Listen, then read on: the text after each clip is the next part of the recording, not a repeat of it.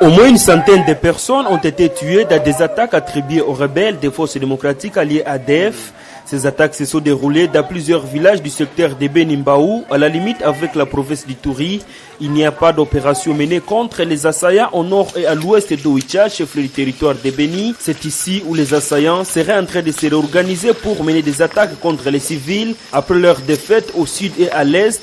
La société civile du territoire de Beni dénonce un silence des autorités militaires face à la persistance des violences armées, indique Richard Kirimba, premier vice-président de la société civile du territoire de Beni. Des villages comme Tapis Rouge, des villages comme Moutouei, le long de la rivière Ituri, rien n'est fait de ce côté et les rebelles se réorganisent, se repositionnent là-bas. Il n'y a jamais eu des opérations dans ce côté-là et on se demande pourquoi.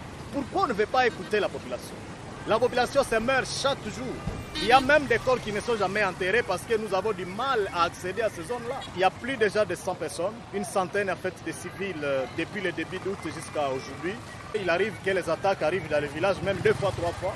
On crie, mais nos cris ne sont pas écoutés. Il s'agit des attaques de représailles contre les civils à la suite des pertes subies dans leurs différents bastions, estime le porte-parole des opérations conjointes FARDC ou PDF.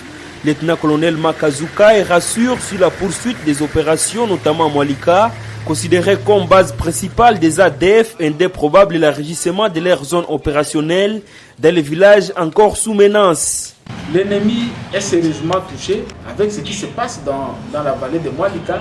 L'ennemi est en train de fuir vers le nord et pour qu'on puisse parler de lui, il est en train de tendre des embuscades sur la route qu'on contrôlait déjà.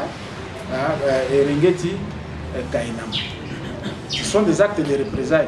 Les armées congolaises et ougandaises mènent des opérations conjointes contre les rebelles ADF depuis bientôt 2 ans à Beni et Turi. Ces opérations ont permis la neutralisation d'au moins 548 combattants ADF, l'arrestation et la reddition d'au moins 80 autres combattants, le démantèlement de leurs bastions et chaînes de ravitaillement.